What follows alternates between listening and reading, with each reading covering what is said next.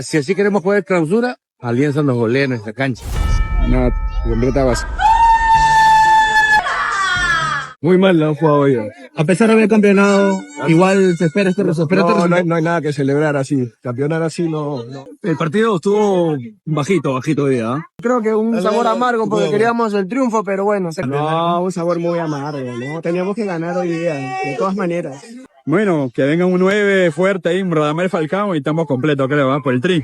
Universitario de Deportes ganó el torneo Apertura. Este video no va a ser para hablar de aquellos partidos que terminaron 0-0. Si bien el final de la Apertura estuvo bastante emocionante, toda esa emoción se fue en el momento en el que los partidos empezaron, ya que tanto la U como Alianza empataron 0-0 y ustedes comprenderán que no se puede hacer un video muy largo hablando de un 0-0 entre la U y los Chancas o un 0-0 entre Alianza Lima y UTC, a menos que me ponga a volar muy alto. Vamos a hablar del final de la Apertura y sobre todo centrarnos en el proyecto de la U, así como los fallos que cometió Alianza Lima, pero sobre todo en aquellos aciertos que tuvo Universitario en los últimos 2 años y medio para pasar de ser un equipo que llegaba de casi 10 años sin salir campeón para haber ganado 4 torneos cortos seguidos, haber salido bicampeón en el año de su centenario e ir encaminado no solo a los octavos de final de la Libertadores, sino también a intentar conseguir el tan ansiado tricampeonato. Vamos a revelarlo todo. Y empezando con lo que acaba de suceder. La U empató 0-0 contra los Chancas en un partido donde para poder asegurarse la apertura solamente necesitaban eso, un empate, ya que Alianza Lima solamente tenía una oportunidad de arrebatarle la apertura a la U, y esto era si le metía 15 goles a UTC.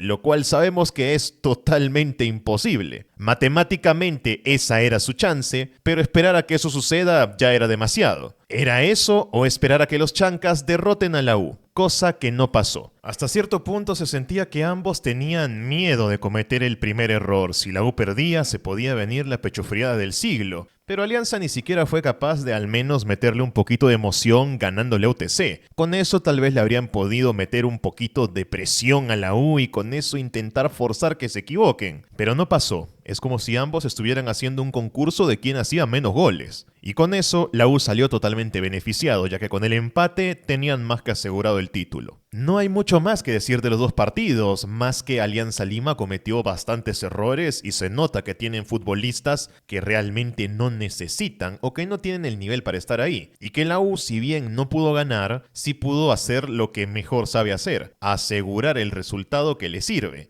Y con eso se llevaron 4 torneos cortos al hilo. Es la 4ª vez que ganan un torneo así, seguido. Y llevan haciéndolo desde el 2023. Y aquí entramos a la parte más importante. ¿Cómo hizo la U para pasar de ser un equipo que estuvo casi 10 años sin salir campeón y de haber visto un bicampeonato de Alianza Lima a ser un equipo que va camino al tricampeonato? Y la verdad es que tienen varios motivos. Es cierto que en el fútbol peruano no existe la idea clara de que los equipos sean serios o que siquiera sean profesionales. Hasta cierto punto nos consideran un fútbol bastante chicha, con muchísimas cosas que están un poco fuera de la ley. Pero sí hay algo que se le tiene que reconocer a la U es que en los últimos años han trabajado muy bien. Dentro de la cancha y también en los despachos. Son un equipo que se hizo fuerte, que se hace respetar y que sobre todo supo dónde poner el dinero, en qué fichajes tenían que tener fe y qué jugadores tenían que dejar ir. Y todo esto al mismo tiempo que lidiaban con su gran problema, la exagerada deuda que tienen. Si hay algo difícil en este fútbol es manejar un equipo que tiene una deuda tan alta y la U tiene la deuda más alta de todo el fútbol peruano. Pero si la tienen,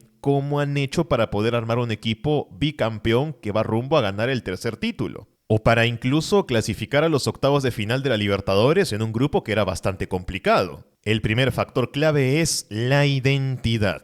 Universitario durante casi una década se caracterizó por ser un equipo que había perdido aquello que lo hacía especial. Olvidó quién era. Aquella garra de la que siempre hablaron la perdieron durante muchísimo tiempo. Se convirtieron en un equipo incapaz de aguantar los resultados, de sacar puntos o de siquiera poder asegurar clasificar a la Libertadores. Gastando el dinero en futbolistas paquetes y malgastando los pocos ahorros que podían tener para poder pagar su deuda. Todo esto de la mano de una pésima administración. Pero todo cambió en el momento en el que les pusieron a nuevas cabezas al frente del club. Se pueden decir muchas cosas de Gianferrari, pero no se puede negar que trabajó bastante bien en la U en estos últimos 2 años y medio. El dirigente no tiene que ser hincha y tiene que comportarse diferente. Solamente los llorones son los que dicen eso.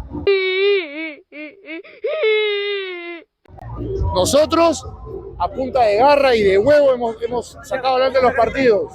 Y hemos ganado los partidos. Y los que teníamos que ganar los hemos ganado. Sin ayuda, sin bar, sin... Y sus números y títulos lo avalan. No está vendiendo humo, sí está consiguiendo resultados muy buenos, sobre todo tomando en cuenta de dónde venía la U. Lo que más se le critica son sus formas, la manera que tiene de relacionarse con la prensa o las cosas que a veces dice Alianza Lima. Ya saben lo que pasa cuando se habla de más.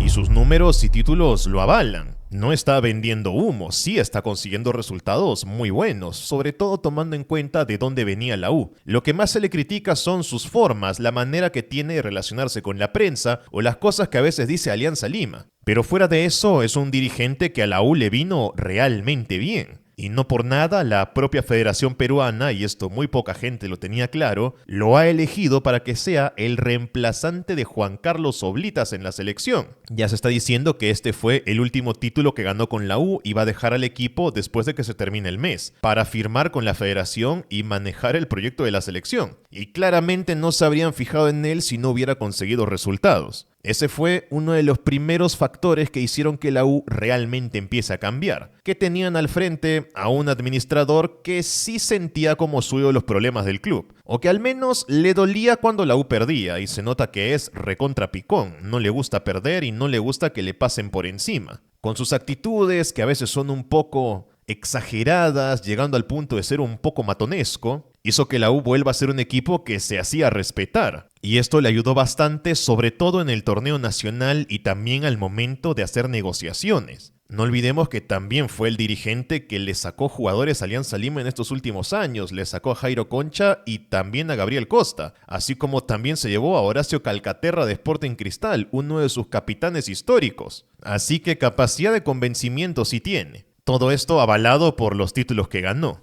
El proyecto de la U cambió mucho a partir de estos últimos años. Si bien siguieron teniendo errores en fichajes y contratando alguno que otro paquete como Dorregaray o ahora Diego Churín, casi la mayoría de la plantilla está formada por futbolistas peruanos o que están identificados con el club. Ahí tienes el caso de Edison Flores, Andy Polo, Aldo Corso, en el pasado estaba Piero Quispe, el Tunche Rivera ahora también, César Inga, que fue una gran incorporación para el club, y los fichajes extranjeros no fueron tan resonados como en otros equipos, pero sí le dieron rendimiento, al menos en los partidos importantes. El caso de William Riveros es uno de los más claros, que llegó siendo un defensa central que parecía que perdía mucho el control y ahora es un defensa de los más valorados del torneo. Todo esto con varios errores de por medio también en algunos fichajes. La U todavía es un equipo que necesita reforzarse en posiciones, especialmente en la posición del 9. No tienen un delantero centro goleador y el único que tienen con cierto renombre es Valera. Necesitan todavía más jugadores. El manejo del dinero también fue muy importante. Universitario durante mucho tiempo estuvo acostumbrado a tener grandes cantidades de plata y también malgastarla a más no poder. Pero ahora con toda su deuda encima tuvieron que aprender a ser un poquito más cautelosos, más ahorradores. Es por eso que a veces prefirieron contratar a jugadores de la liga peruana. Y el equipo que se empezó a convertir en el nuevo gran contratador de futbolistas extranjeros fue Alianza Lima, que gasta como ninguno año a año. La U está obligado a gastar menos porque están obligados a pagar su deuda. Y aún así lograron armar un equipo bastante bueno, lo suficientemente bueno para salir bicampeones. Por mucho tiempo Universitario fue el equipo de los ricos, pero ahora entre todos los equipos ricos que hay en Perú, la U podría ser uno de los más austeros junto con Cristal. Y está claro que uno de los factores que más ayudaron a la recuperación del club fue el papel de sus hinchas. La recaudación de dinero en entradas ha sido récord en los últimos años para Universitario, llegando incluso a bordear los 6 millones de soles solamente en el partido contra los Chancas. Una cantidad altísima que no se había visto antes en un partido de fecha de Liga Nacional. O sea que los hinchas de la U realmente se pusieron la camiseta, sacaron la billetera y empezaron a comprar entradas. Y eso le ha venido muy bien a su equipo porque les ha ayudado a solventar mejor sus problemas. Actualmente tienen un promedio de recaudación de entre 2 y 3 millones de soles por partido jugado de local, y eso es muchísimo dinero. Solo con decirles que con un solo partido de local, la U puede generar más plata de lo que ganarían si salen campeones. Y eso también es por el tamaño que tiene su estadio. Tienen un aforo altísimo y pueden meter a una gran cantidad de hinchas, lo cual les permite acceder a mayor dinero por recaudación y venta de entradas. Literal, la U se convirtió en un negocio redondo y por eso atrajeron tanto interés de varios patrocinadores, que siempre los han tenido, pero en los últimos años aumentaron muchísimo. La única gran crítica que se les da es este supuesto trato de favor que han tenido con algunos arbitrajes, que si bien es una narrativa que se está dando sobre todo desde el lado de Alianza Lima, como suele ser también con la clásica rivalidad que hay entre ambos, sí me parece que está lejos de ser un torneo preparado para que la U lo gane o para que algún equipo nacional lo gane. Para mí simplemente los árbitros peruanos son malos, en su gran mayoría, y se terminan equivocando mucho para varios equipos. Lo que sí creo que puede ser criticable es la postura de la U con el gobierno, ya que sí han recibido por ahí alguna ley que les ayudó. ¿Cuánto le va a beneficiar a la U esa ley? Yo creo que le va a beneficiar principalmente al Estado, porque Universitario con esta ley está obligado a pagar, como que también lo está obligando a Sport Boys a pagar. A poder llevar mejor su deuda adelante y que no les den tantos problemas. Es un tema un poco engorroso, pero se puede decir que la U ha firmado una especie de acuerdo para poder pagar su deuda de aquí a unos 30 años aproximadamente. Y el Estado les dio un voto de confianza. Confían en que lo harán. Y la U se basa en la cantidad de dinero que está generando año a año, aunque es un dinero que generan gracias a que salieron campeones. No todos los años van a campeonar, y tienen que encontrar la manera de hacer que ese negocio siga siendo redituable para poder seguir adelante con el pago de su deuda sin perder competitividad. Lo que es cierto es que la U año a año sí se ha convertido en un equipo que fue mejorando. Entre 2022 y 2025 ha habido un gran crecimiento, tanto que llegaron a los octavos de final de la Libertadores. Y negarlo sería mezquino, sería mentirles. Han hecho un proyecto bastante bueno e interesante. De lo que fue un equipo con problemas económicos por todos lados y que no campeonaba ni de casualidad, a ser lo que es ahora, claramente han trabajado muy bien.